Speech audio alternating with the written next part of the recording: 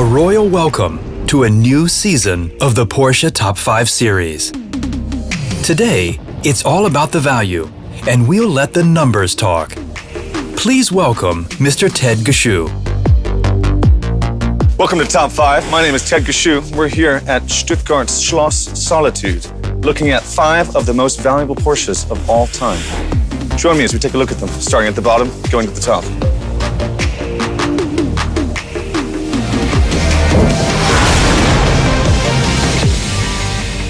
The 1973 917 30. Developed for the Can-Am Racing Series, 1,200 horsepower, air-cooled, 12-cylinder. That's 100 brake horsepower per cylinder. Described most recently by Porsche factory driver Patrick Long as excellent. It is one of those things that is so brawny and so manly to drive because there is not a single piece of computer-aided technology to keep you on the track. To my left, 200 liters of fuel. To my right, another 200 liters of fuel. That made this car a 1,200 horsepower, 0 to 60 in 2.1 second bomb that heroes like Mark Donohue strapped themselves to in period. It is truly one of the most exceptional racing cars ever developed by Porsche, and it most recently sold for $3 million US. That's what makes it our top 5. Now we go into top 4.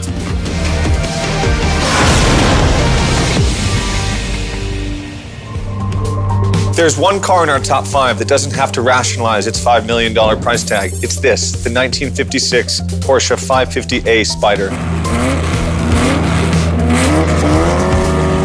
There's a reason they call it the giant killer. 1.5 liter diminutive engine with only 135 horsepower. Developed as the first Porsche that was purposely built for racing. There was not a road car envisioned, even though James Dean made it quite popular. It was almost immediately victorious, winning its 1956 Targa Florio entrance outright against cars with 2 or 3 times the power. It was the David to the Goliath of the era, and that was what makes it our number 4. Now let's look at number 3.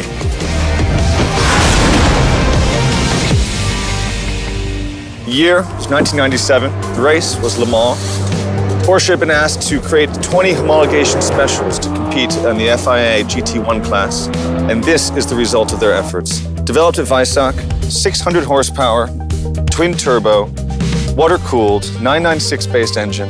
It's actually the same size engine as my car, but it puts out about 3 times the horsepower. It is, to me, the sexiest, coolest, most beautiful, elongated race car that you can legally drive on the road. And that is why the Strassen version is widely considered one of 20 to be not just the rarest, but one of the most desirable. And just recently, one sold at auction for $5.6 million US, a 1998 version. There's nothing like being able to drive a Le Mans road car on the street. And that is why the Strassen version is my personal favorite. But now we go on to number 2. In 1983, chassis number 003 of the 956 Group C racing car won overall at Le Mans. It was driven by guys like Derek Bell, Al Holbert, Jackie Ickx, legends of the racing world. And it was one of the most victorious racing cars, not just by Porsche, but by any company ever. It was one of the first race cars ever to use ground effect styling, which kept it sucked to the ground as it went around corners at great speed. It had this fire-breathing engine that when you downshifted, shot massive flames out.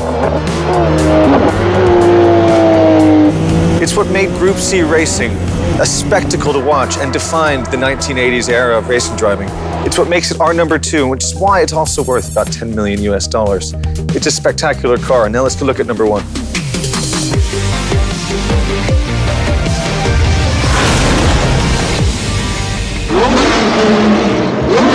This is our number 1, the 917K. Master of Le Mans, Golf liveried, made popular by Steve McQueen in the film Le Mans. It is one of the most iconic racing cars in history. Racing driver Derek Bell was offered one of these after his racing season with Porsche for £5,000. At a time when a house cost about £7,000. He famously told me, if I came home with a racing car and a newborn baby, I would have been divorced in a week and a half. Unfortunately for him, it is now worth $14 million US, and it is one of the most exceptional racing cars in history.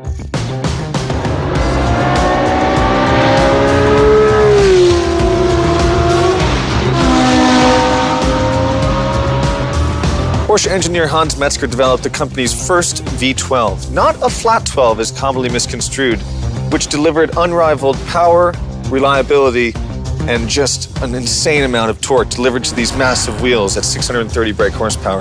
Its slippery aerodynamic body paired with that massive engine is what allowed it to go over 220 miles an hour in the Mulsanne Straight at Le Mans. It is, to me, one of the greatest racing cars of all time.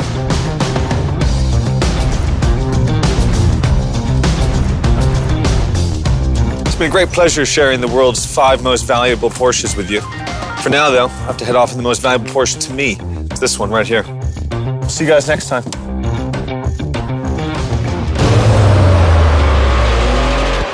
Thank you very much, Ted. And for next week, we have another highlight for you, when we are going to settle the question of all questions. Stay tuned, as it's going to be fast.